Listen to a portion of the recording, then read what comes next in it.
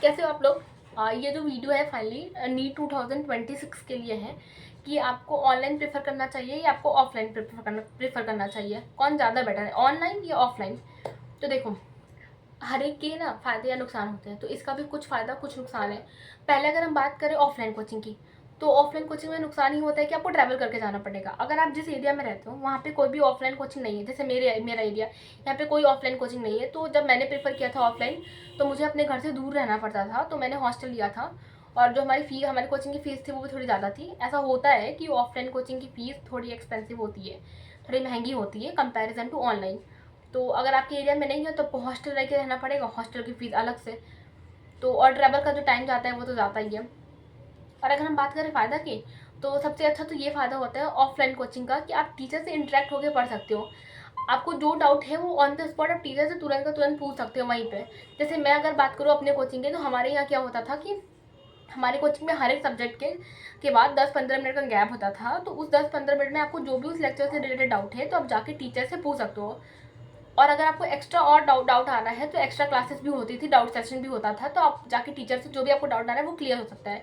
तो doubt clear करना है, बहुत ज़्यादा डाउट आ रहा है, आप फ्रेशर हो, आपको बहुत डाउट है कि इसमें प्रॉब्लम है, इसमें मतलब अगर आपको चीज़ें अच्छे से नहीं आती हो और आप फ्रेशर हो, तो अब आपको ऑफलाइन लेना चाहिए, वो ज़्यादा बेटर होगा मेरे हिसाब से।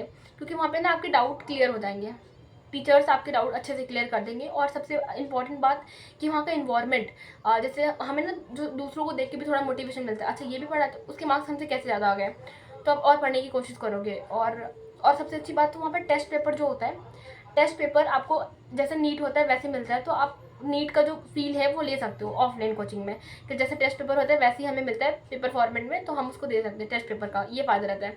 थोड़ा बहुत नुकसान होता है कि फ़ीस थोड़ी एक्सपेंसिव होती है और ट्रैवल का थोड़ा सा टाइम जाता है। और अगर आप डिस्ट्रैक्ट नहीं हो अपने रूममेट से तब तो अच्छी बात है, फिर आराम से पढ़ो। अब बात करते हैं ऑनलाइन की। अगर आप ड्रॉपर हो और आप सोच रहे हो ड्रॉप लेने का, तो आपको ऑनलाइन कोचिंग लेनी चाहिए मेरे हिसाब से, क्योंकि मैंने as a dropper online coaching ली थी। तो आपको ऑनलाइन कोचिंग लेनी चाहिए, ऐसा मैं इसलिए बोल रही हूँ क्योंकि जैसे हमें जो चीज़ें आती हैं, हमारे उतने डाउट नहीं बनते, पर हाँ थोड़ा बहुत डाउट होता है जो कि क्लियर हो जाता है। लेकिन अगर आपको चीज़ें आती हैं, आपको बस रिफ्रेश करना है एक बार चीज़ों को, तो आप अपने अकॉर्डिंग स्पीड्स में देख सकते हो। आप 2x, मैं तो सारे लेक्चर जब मैं ड्रॉप में थी तो वो 2x पे देखती थी मैं। तो आप उसको अपने अकॉर्डिंग अगर आप ड्रॉपर हो तो आप उसको स्पीड करके देख सकते हो। ये थोड़ा सा एक फ़ायदा रहता है। और आपको जब टाइम मिले आप उस लेक्चर को अपना एक टाइम बना के उस टाइम पे आप लेक्चर कंप्लीट कर सकते हो। और नुकसान और ये भी फ़ायदा होता है कि जैसे ट्रैवल का टाइम वगैरह नहीं लगता है, घर पे रह के आप तैयारी कर सकते हो, बाहर नहीं जाना पड़ता है। और नुकसान क्या होता है, नुकसान ये होता है ना कि जो टेस्ट पेपर होते हैं ऑनलाइन में, वो जैसे पेपर फॉर्मेट में नहीं होता, वो ऑनलाइन में जैसे आप प्रिंट फॉर्मेट में नहीं आता, हमें मोबाइल पे ही देना पड़ता है। ये थोड़ा सा एक नुकसान हो जाता है क्योंकि वो वैसे माहौल नहीं मिलता फिर। और एक और फ़ायदा होता है कि एक और नुकसान होता है कि आपको अपने पे बहुत कंट्रोल रखना पड़ेगा ऑनलाइन में। आपको अपना शेड्यूल खुद बनाना पड़ेगा, आप उस समय आप खुद टीचर होंगे। ये थोड़ा सा ध्यान रखना। अगर आप बहुत ज़्यादा डिस्ट्रैक्ट होते हो तो प्लीज़, अगर आप ऑनलाइन की तरफ जा रहे हो तो थोड़ा सा अपने ऊपर कंट्रोल रखो, मेडिटेशन करो।